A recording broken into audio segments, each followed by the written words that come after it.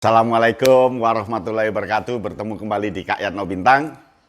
Apa kabar? Sehat semua? Luar biasa. Kali ini saya akan menyajikan pembelajaran investigasi kelompok atau group investigation.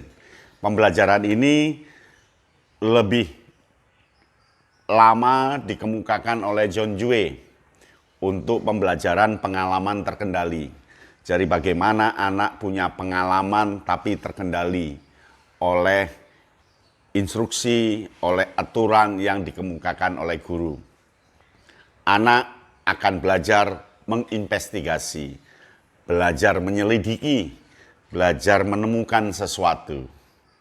Bagaimana bentuknya? Berikut ini.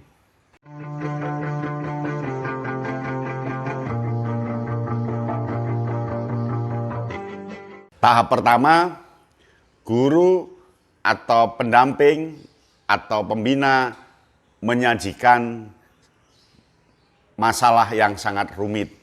Yang dimaksud masalah yang sangat rumit yaitu hari ini kita akan mencari jejak seekor buaya.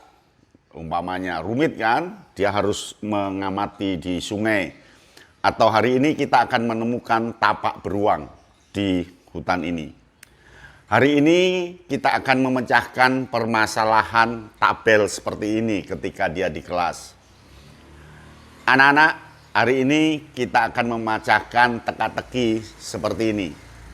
Mungkin bentuknya teka-teki. Pokok tahap pertama, sajikan problematika yang rumit yang perlu dipecahkan oleh kelompok. Andai tidak rumit, anak nggak suka dengan investigasi kelompok. Buat apa Pak diselidiki? Itu loh jelas ada kunci jawabannya. Buat apa Pak diselidiki? Paling Bapak ya tahu. Buat apa Pak diselidiki? Buat apa kami harus mendalami permasalahan ini? Kan sudah ada Pak kuncinya dan sebagainya. Maka beri permasalahan yang rumit. Permasalahan yang bagus itu adalah aktual, betul-betul nyata, dan kalau bisa ada learning by doing-nya, itu bagus. Bagi pramuka sangat bagus kalau dilakukan lewat penjelajahan, yaitu melacak X yang hilang, atau menemukan 12 tanaman tradisional di kebun hutan ini, dan sebagainya. Oke, itulah tahap pertama. Bagaimana tahap kedua? Berikut ini. Tahap kedua, guru bersama siswa merumuskan reaksi-reaksi atau tanggapan kita terhadap permasalahan itu.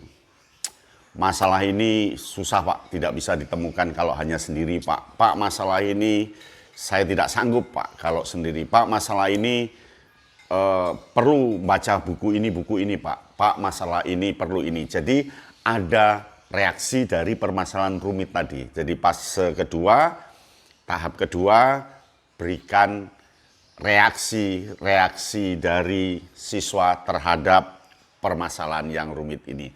Dan reaksi semakin banyak, semakin bagus reaksi itu karena anak akan terus imajinatif, harus kreatif mengumpulkan reaksi terhadap problem itu. Nah, yang ketiga berikut ini.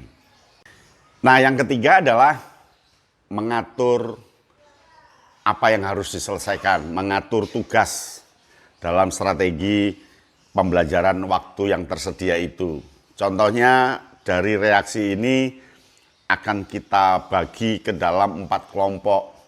Problemnya adalah problem sejarahnya, problemnya adalah problem penerapannya, problemnya adalah bentuknya, problemnya adalah penerapannya. Atau dibagi beberapa menjadi kelompok. Kalau muridnya ada 35, ya dibagi 7 kelompok. Berarti guru akan mengelompokkan dari reaksi tadi menjadi 7 kelompok reaksi. Atau apalah yang penting ada penugasan untuk persiapan investigasi. Berikut. Tahap keempat adalah melaksanakan investigasi secara mandiri dan secara kelompok. Mandiri artinya untuk kepentingan kelompok. Dan di kelompok itulah siswa akan berdinamika, saling menghargai siswa satu dengan siswa yang lain. Dia akan menghargai bagaimana perjuangan kelompok. Investigasi ini tentu perlu waktu, jangan terburu-buru diselesaikan, bergantung processingnya. Kalau dia di alam terbuka, guru harus menyiapkan antisipasi risiko yang terjadi. Dia harus betul-betul mensurvei tempat itu.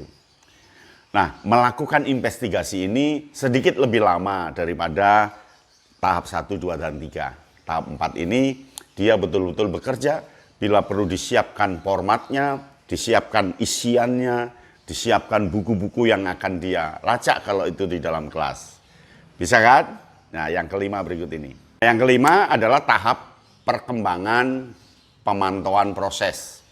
Jadi ketika anak melakukan investigasi, cek apa hasil sementaranya. Belum Pak, kami masih menemukan 2 ciri Pak. Bagaimana kelompok 2? Belum Pak, kami masih sejarahnya masih di 2 tahun Pak, tahun ininya belum.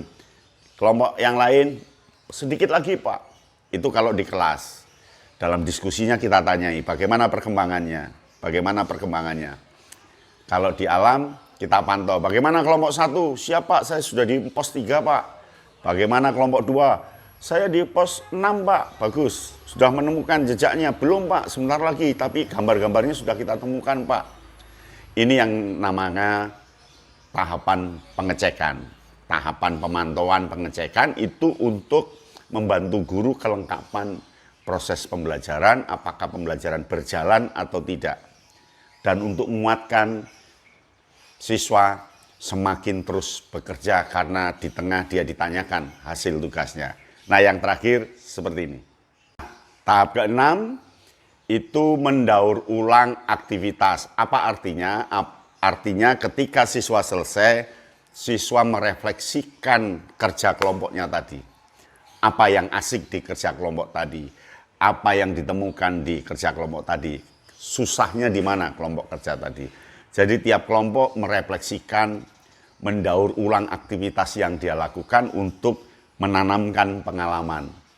Kemudian siswa menyimpulkan hasilnya, melaporkan hasilnya, tanamkan ke dalam pikiran dan perilaku anak apa yang mereka hasilkan. Dan terakhir, beri penghargaan dia ya. Jangan lupa, perlu diberi penghargaan, diberi tepuk tangan. Sampai di sini pertemuan kita. Salam Kak Yano Bintang.